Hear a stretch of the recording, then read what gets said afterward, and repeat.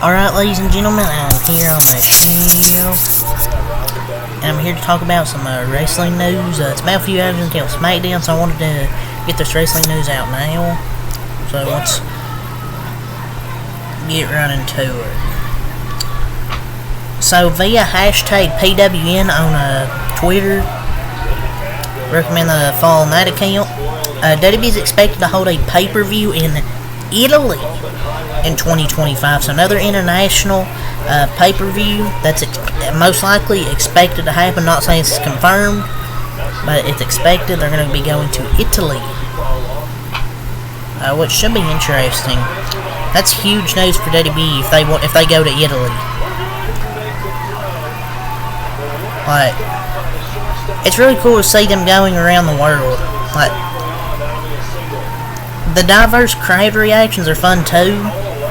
Like, it's better than most crowds in the States. Like, the French crowd's good. They should have done this more often back then. Really put an emphasis on the world part in WWE, because they're literally going around the world because they're having so many international pay-per-views. It's just the crowds are so much better compared to the U.S. crowds, where you hear the what chants during promos. It's like, this should be another strong crowd, pal. Some new segments announced for SmackDown tonight. Roman Reigns is obviously there.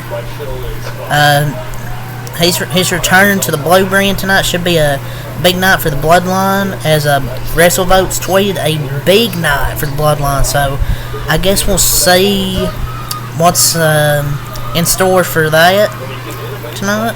But some new matches, segments added to SmackDown tonight. Low-key, SmackDown's looking good tonight, I'm not gonna lie. LA Knight, has his U.S. title celebration. Andrade versus Santos Escobar, #1 contenders match for the U.S. title.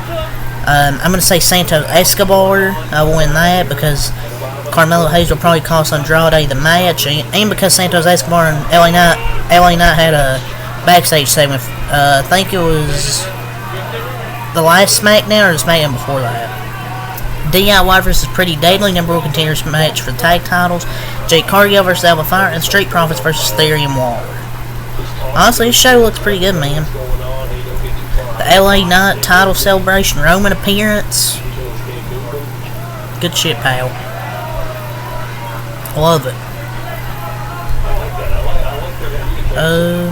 So Roman Reigns, he has been confirmed for the first episode of SmackDown on the USA Network on September 13th, 2024, when they head to USA SmackDown in Seattle, Washington. The confirmed TV appearances for the original Tribal Chief thus far is obviously tonight, Tulsa, Oklahoma, August 16th, next week in Orlando, Florida, and September 13th in Seattle, Washington. More appearances is a big deal, especially at that SmackDown USA premiere. Something big's going to happen there if he's going to be on that one. But I think he's going to appear a lot more often than people think. People like, oh, he's going to be part-time. But honestly, I think he's going to be there a lot. I really do. Solo so bad they had to have Roman work multiple SmackDowns. But yeah, I'm glad Roman's back. But yeah, those are his current appearances listed as of now. So via Wrestling Observer, the Wrestling Observer newsletter, Ricky Starks, he's expected to sign with WWE once his contract with AEW is up. This doesn't really surprise me. They really haven't used Ricky Starks to his full potential. This dude's so good in the microphone, good in the ring, and they just haven't used him a lot, man. And Cody's probably one of his better friends. He's in WWE, so that doesn't surprise me if he goes to WWE, and I think he'll be really good. He's gonna link up with Cody, pal. But yeah, but that's a W. He's gonna be a star with WWE if he does indeed sign with them. Because Cody will look out for him. Will he be able to keep his theme song when he goes to WWE? If he does, I don't know.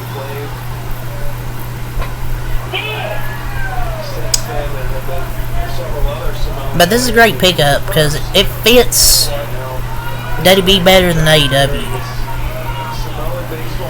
And he appears very close to probably when it comes to where it comes to discussing a contract. But it makes sense though, considering how he's been used and his friends during WWE. So he's gonna join a certain Nightmare family, if you know what I'm saying. Remember when people said Triple H can't sign free agents? Pendejo face for those people that said Triple H can't sign free agents. So via the Wrestling Observer newsletter, Seth Rollins will be taking time off for a while. Rollins' current injury situation is said to be chronic related. Thanks for agreeing on it's the Wrestling Observer newsletter, Dave Meltzer and those people, but I wouldn't put it past this. I feel like that he should just heal up. Did he just come back to, elevate Damian Priest's world title run? I don't know. I thought it was just to have a feud with Bronson Reed, but I guess this was the way to write Seth Rollins off TV. So I think he's probably gonna take a lot of time off. He didn't need to come back early, but he did. But I guess he put Bronson Reed over on the way out. So I don't know. This could be story related, but hopefully he isn't actually legit hurt. But maybe he did come back too soon.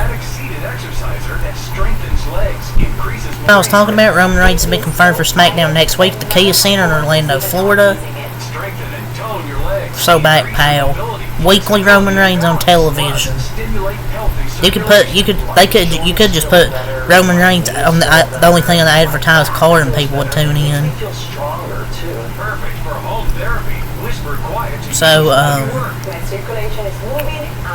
Tony Khan in an interview with Q101. And I think AEW's a great company. I know he's supposed to say it, but still, great company. Yeah, 600,000 viewers a week. I don't consider that a great company. And there are a lot of people out there that don't want to see it succeed and spend a lot of time trying to stop it. But that's the fight. Basically, every challenger wrestling promotion has fought for decades.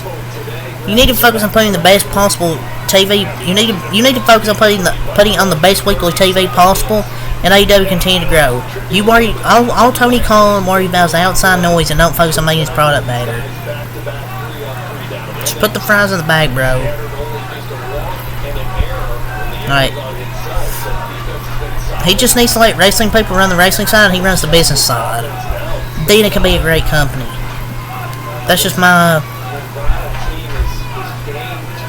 thoughts. So let's get to WRKD Wrestling. CM Punk versus Drew McIntyre in a Hell in a Cell match is currently planned as a main event of October's premium live event, Bad Blood. I kind of figured this is where this was going. SummerSlam was going to be their only match, but I'm glad it's going to be the main event because this been really good rivalry they've done with CM Punk and Drew McIntyre. I mean, yeah, I get Cody not main event in his hometown instead of be champion as a choice, but it says a main event, not the main event. Are they gonna have do these co-main event possibly? I don't know. But yeah, I kind of figured that this will be one of the main events.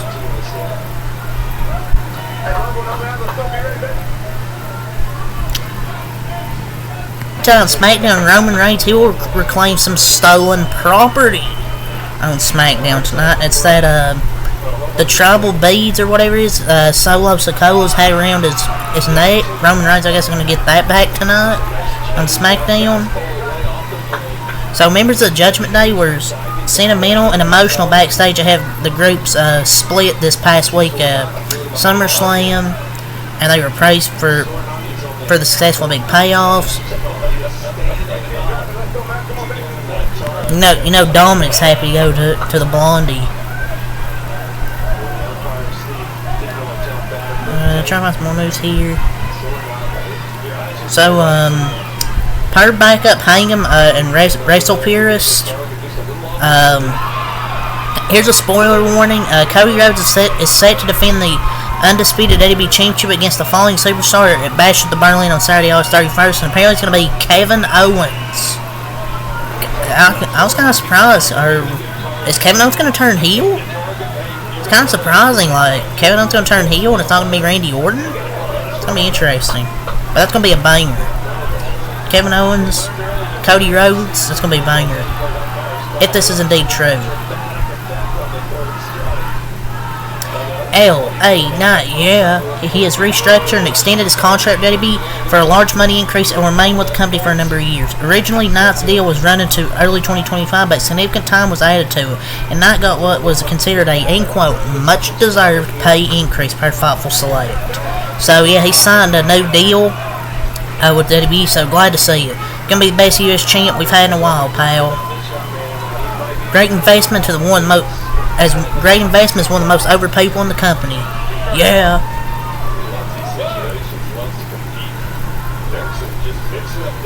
So, per Corey Hayes, Cody Rhodes is expected to open tonight's SmackDown, while Roman Reigns is expected to be in the main event of the show. Yeah, they both deserve it. One babyface opens the show, one top babyface opens, one top babyface closes the show. It's a must-see show. I'm kind of curious to see what will happen in the main event. So as previously announced in September, Michael Cole will be moved to SmackDown, while Joe Tessitore will debut on Raw. However, in January 2025, Cole will be moved back over to Netflix, moving back to Raw on Netflix, while Tessitore will become the lead announcer for SmackDown USA. I think Corey Graves should be with Joe Tessitore and Wade Barrett with Michael Cole, if that's what they decide to do. So, Bobby Lashley and what's happened between him and WWE. And there's a chance he could come back. And Bobby Lashley was asking who he prefers. Paul Levesque or Triple H or Vince McMahon. He basically said with Triple H he hasn't got to like work well enough to know each other. I mean, I prefer Triple H. I don't know if he gave a clear answer. He said so. I like Vince. I mean, I wouldn't like a guy that sexualized people, but you do you, Bobby Lashley. You do you, sir. So regarding the 2025 SummerSlam Premium Live event potentially being a two-night event, the response from WWE was stay tuned, while another WWE source tabbed it's almost definite that next year's Premium Live event will be 2 nights. I mean, that's really isn't a surprise. I kind of feeling SummerSlam will become 2 nights, because I think it wasn't reported before. So Joe Hendry, his current Impact deal, we'll see him remain with the company until the end of 2025. And he's gonna come to WWE, man. There's no way he doesn't. So Mustafa Ali is finished with Impact for the time being. So within WWE's numerous sources say there's certainly interest in a number of AEW stars whose deals are close to expiring or have been off TV for some time. Those names include Ricky Starks, Daniel Garcia, the Lucha Brothers, and others. WWE's gonna sign so many people.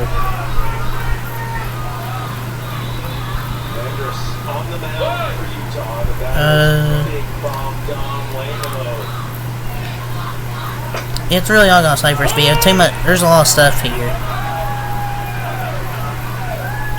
So yeah, that's really all I'm gonna say for this video. Until next time, I go out. Peace.